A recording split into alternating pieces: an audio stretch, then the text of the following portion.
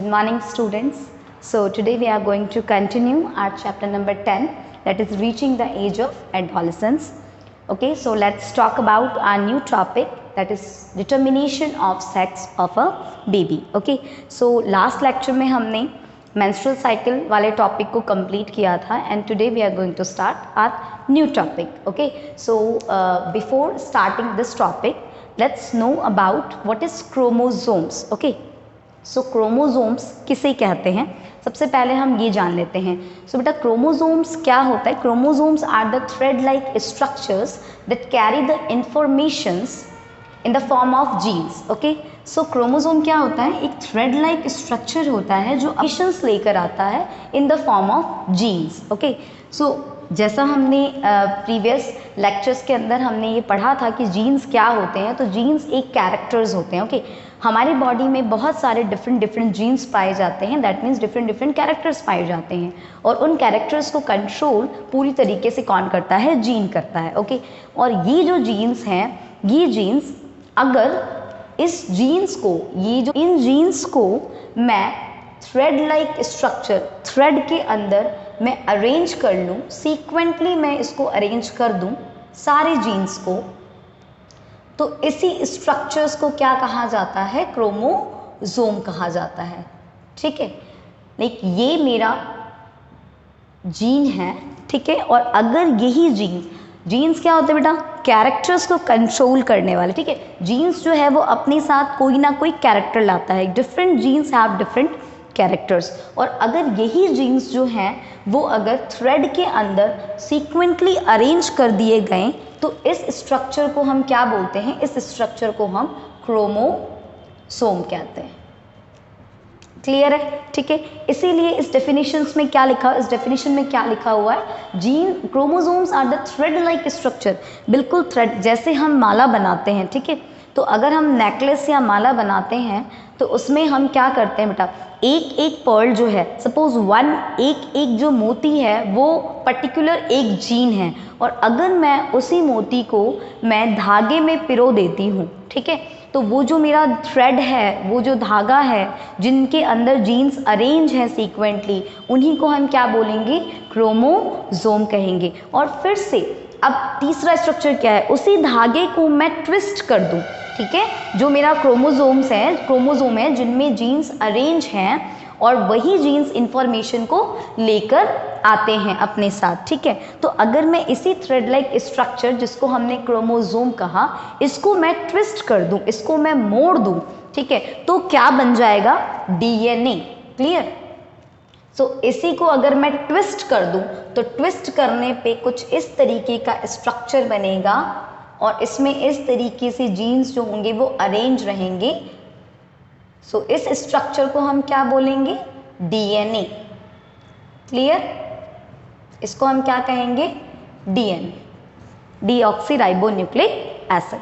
ठीक है, समझ में आ रही है बात? तो किस तरीके से जीन से क्रोमोसोम्स बनता है और क्रोमोसोम से डीएनए का फॉर्मेशन होता है. और ये जो जीन्स हैं, क्रोमोसोम्स हैं, डीएनए हैं, ये कहाँ पाए जाते हैं? ये सेल्स के अंदर न्यूक्लियस में पाए जाते हैं. ओके, सो क्रोमोसोम समझ में आ गया कि क्रोमोसोम्स क्या होता है. अब बेटा ऑल ह्यूमन बींग्स, जितने भी ह्यूमन बींग्स हैं उनमें 23 पेयर्स ऑफ क्रोमोसोम्स पाए जाते हैं. क्लियर? कितने पेयर्स ऑफ क्रोमोसोम पाए जाते हैं? 23 पेयर्स ऑफ क्रोमोसोम्स पाए जाते हैं. 23 पेयर्स मीन्स क्या होता है बेटा? क्रोमोसोम्स पेयर्स में प्रेजेंट होते हैं, एंड 23 पेयर्स मीन्स क्या होता है? टोटल नंबर ऑफ क्रोमोसोम्स कितने होंगे?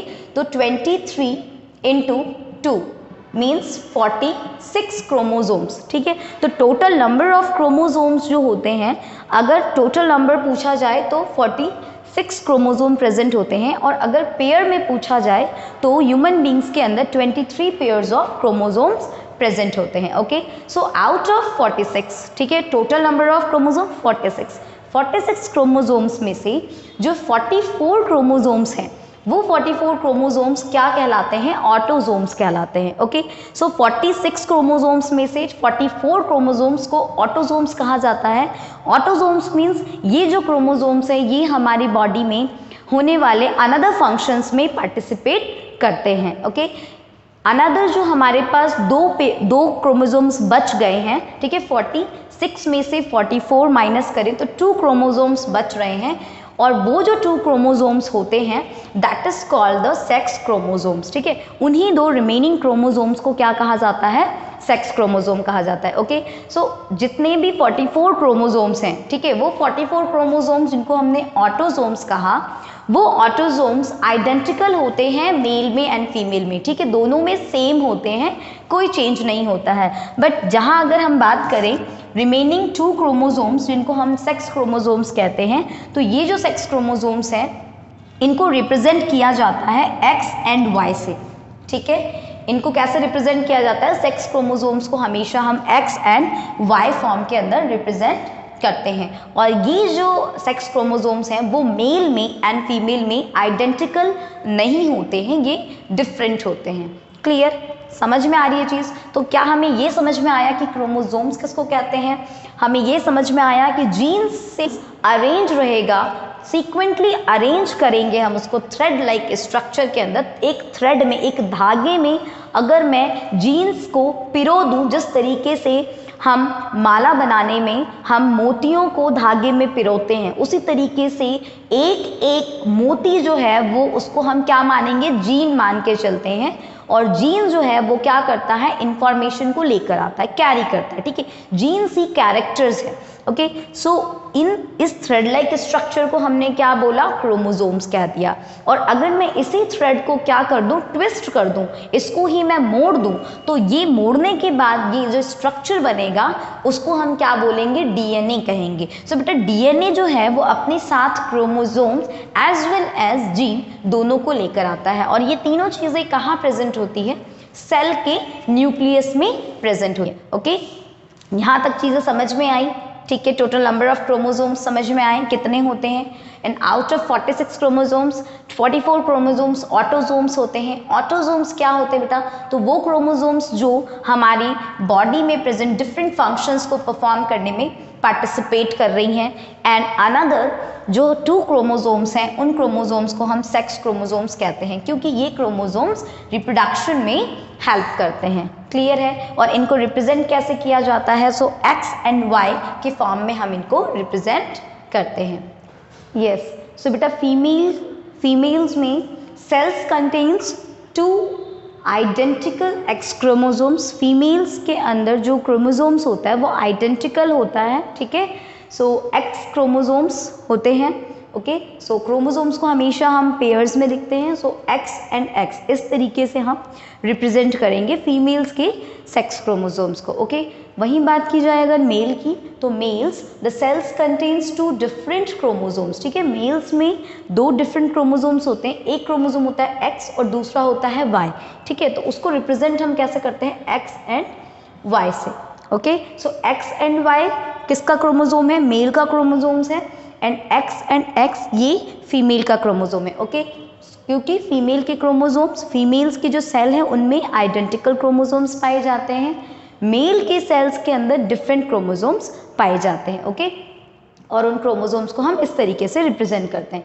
अब बेटा जब भी गैमीट्स बनते हैं, ठीक है, that each gametes contain only 1 sex chromosomes, ठीक है, and egg female gamete always contain x chromosome, ठीक है। हर एक गैमीट जो होता है वो अपने साथ एक क्रोमोसोम्स को कंटेन करता है। ओके, गैमीट क्या होता है, सेक्स सेल्स, ठीक है, मतलब वो सेल्स जो सेल्स रिप्रोडक्शन में पार्टिसिपेट करेंगे उन सेल्स को हम गैमीट्स कहते हैं। ओके, और each gamete contains single chromosomes. Okay, only 1 sex chromosomes को कंटेन करता है। लाइक अगर हम बात करें फीमेल की, तो फीमेल का जो गैमीट है जिसको हम एग बोलते हैं, egg always contains X chromosome, ठीक है, क्योंकि फीमेल में आइडेंटिकल क्रोमोसोम्स पाए जाते हैं, तो फीमेल के एग में हमेशा एक्स क्रोमोसोम ही प्रेजेंट रहता है। वेयर एज अगर हम बात करें वही स्पर्म की, ठीक है, जो एक मेल गैमीट है, स्पर्म के अंदर 2 कंडीशंस आती हैं, ठीक है। इस स्पर्म के अंदर इस मेल गैमीट में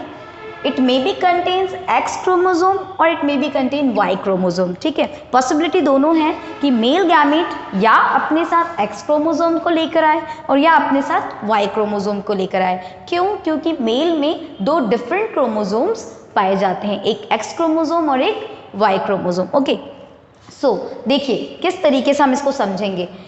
ह्यूमन बींग्स में टोटल क्रोमोसोम्स कितने होते हैं? 46 क्रोमोसोम्स होते हैं। Okay, so out of 46 23 chromosomes male के पार्टिसिपेट करते हैं रिप्रोडक्शन में एंड 23 क्रोमोसोम्स फीमेल के। ठीक है, तो 23 क्रोमोसोम्स मेल से आते हैं, 23 क्रोमोसोम्स फीमेल से, and out of 23 chromosomes 22 chromosomes क्या होते हैं? ऑटोसोम्स होते हैं, means it work for the another functions of the body.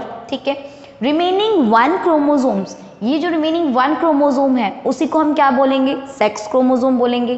Clear है? समझ में आ रही है चीज किस तरीके से?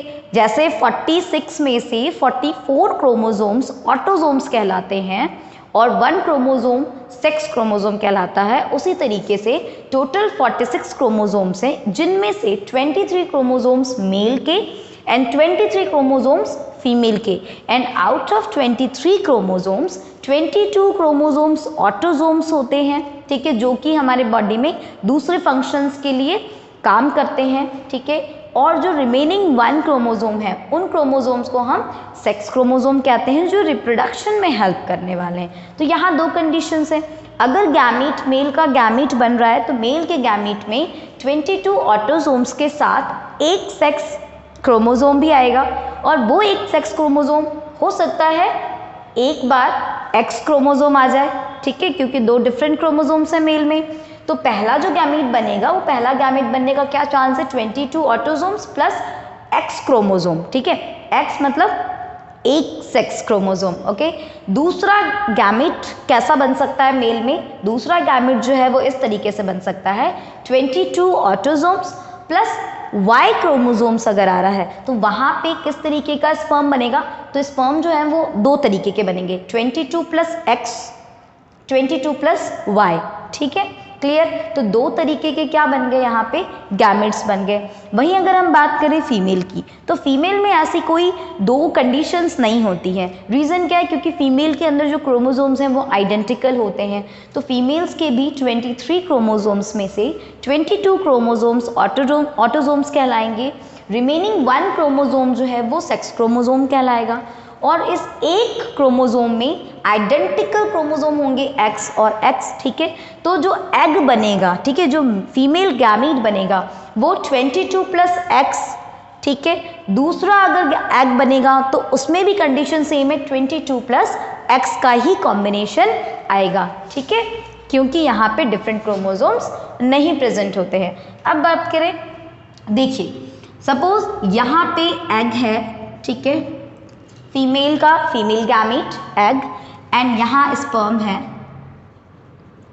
Male gamete. ठीक है, अगर ये फीमेल गैमीट अपने साथ एक्स क्रोमोसोम को लेकर आ रहा है, ठीक है, और स्पर्म जो है वो अपने साथ एक्स क्रोमोसोम को लेकर आ रहा है, मतलब जो मेल गैमीट है उसमें एक्स क्रोमोसोम वाला कॉम्बिनेशन आ रहा है, मीन्स ये वाला 22 प्लस एक्स क्रोमोसोम वाला। ठीक है, और इन दोनों गैमीट्स में क्या हो रहा है? फ्यूजन हो रहा है, यहाँ पे फर्टिलाइजेशन हो रहा है।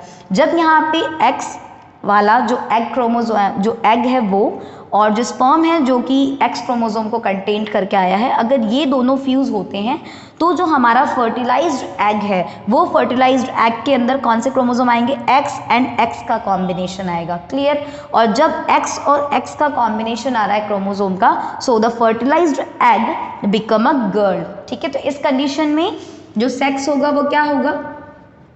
गर्ल। ठीक है, क्लियर? क्योंकि गर्ल्स में आइडेंटिकल क्रोमोसोम्स होते हैं।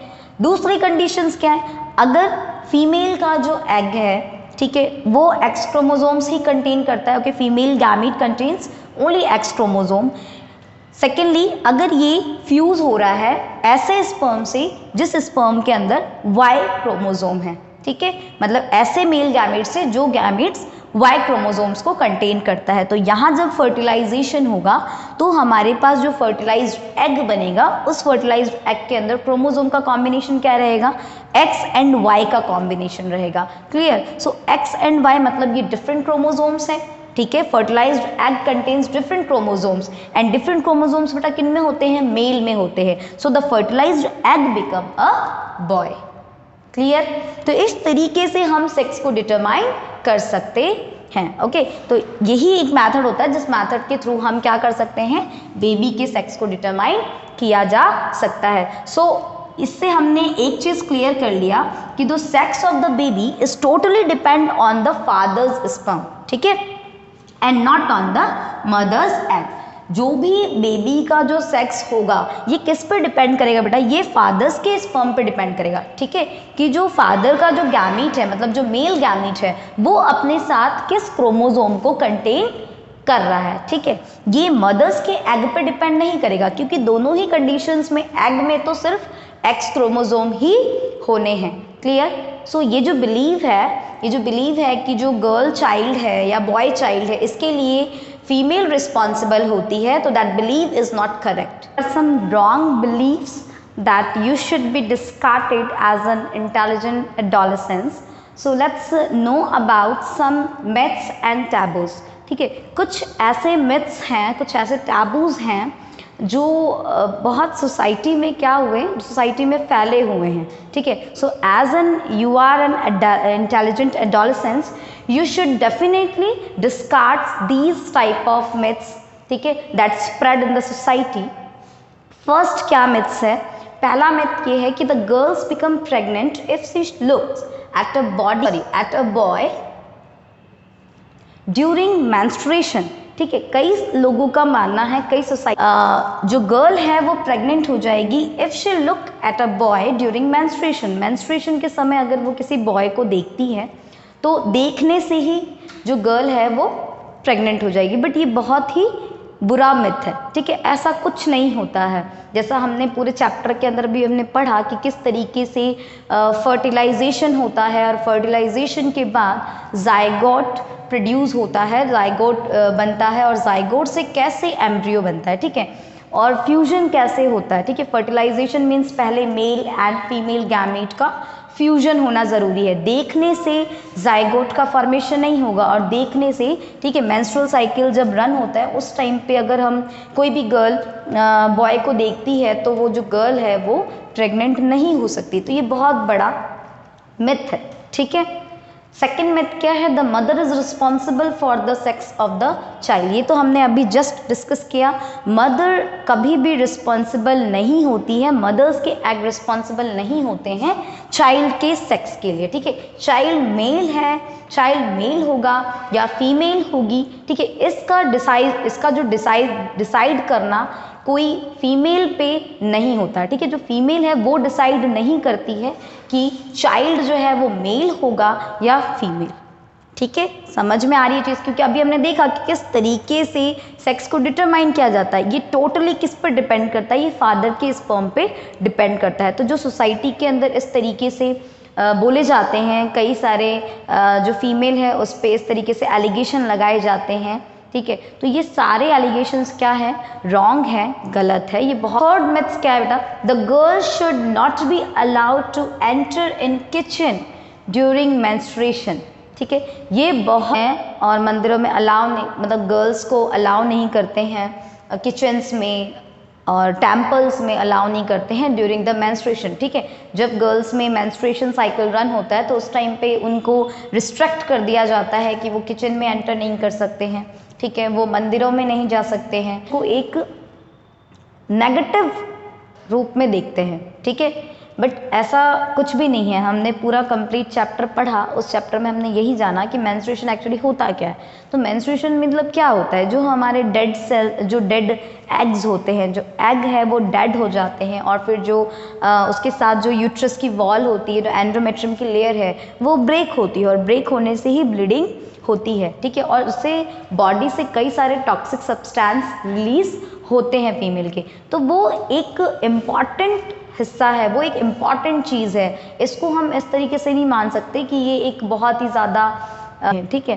तो ये बहुत बड़ा मिथ है कि उनको लगता है कि चीज़ें खराब हो जाएगी, अशुद्ध है, ये जो मेंस्ट्रुएशन है वो अशुद्ध है और इसको अगर किचन में एंटर करेंगे, ऐसे फीमेल्स किचन में एंटर करेंगी तो वो चीज़ें जो किचन में जो खाना है या जो भी है, ये सारी चीज़ें क्या हो जाएंगी? ये भी इम्प्योर हो जाएगी, ठीक है। वो एज एन इम्प्योरिटी के फॉर्म में इसको लेते हैं, बट कुछ भी नहीं होता, ये नॉर्मल चीज़ें हैं।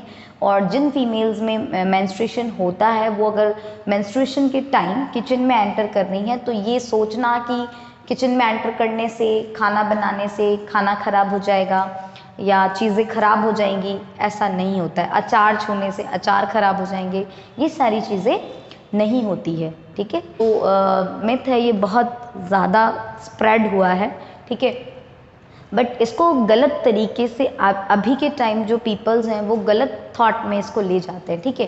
पहले फीमेल्स को रिस्ट्रिक्ट किया जाता था, टेम्पल्स में, मंदिरों में रिस्ट्रिक्ट किया जाता था, किचन में रिस्ट्रिक्ट किया जाता था, उनको बेड पे सोने नहीं देते थे, उनके लिए नीचे अलग से चटाई बिछाई जाती थी और नीचे सोते थे।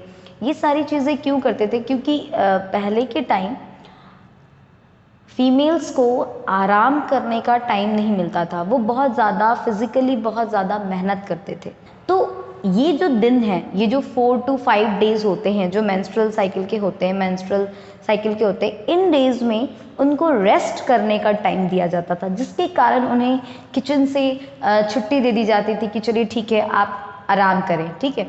बट आज के टाइम जो इसको नेगेटिव वे में इसको ले लिया गया है कि किचन में इसलिए एंटर नहीं करने देना है क्योंकि चीज़ें जो हैं, जो सामान हैं किचन के, वो सारे इम्प्योर हो जाएंगे, वो अशुद्ध हो जाएंगे। तो ये जो थॉट है ये गलत है, ठीक है। पहले रिस्ट्रिक्ट किया जाता था और रिस्ट्रिक्शन के पीछे का रीज़न जाने कि रिस्ट्रिक्शन के पीछे का रीज़न क्या है। टेम्पल्स में एंटर नहीं करने देते थे बिकॉज पहले के टाइम जो मेंस्ट्रुअल साइकिल जो रन होता था, तो पहले इतनी ज़्यादा सुविधाएं नहीं थी फीमेल्स के पास, इतने सैनिटरी नैपकिन्स नहीं हुआ करते थे, ठीक है। तो पहले लोग कपड़ा यूज़ करते जो हैं, इससे क्या होते थे, इसका डर रहता था कि जो ब्लड है वो कहीं रिलीज़ ना हो जाए, ठीक है, कहीं उससे। और ब्लड से हमें पता है कि ब्लड से क्या होता है, ब्लड से स्मेल आती है और स्मेल से कई सारे एनिमल्स जो होते हैं वो अट्रैक्ट होते हैं, ठीक है। तो वो कहीं फीमेल के पीछे ना पड़ जाए। तो ये सारे कुछ रीज़न थे जिनके कारण उन्हें रिस्ट्रिक्ट किया जाता था पब्लिक प्लेसेस पे। बट आज के टाइम जो रिस्ट्रिक्शन है, आज के टाइम जो ये मिथ्स है, ठीक है, वो उसको अलग रूप में लिया गया है। तो ये थॉट प्रोसेस क्या है, रॉन्ग है। क्लियर?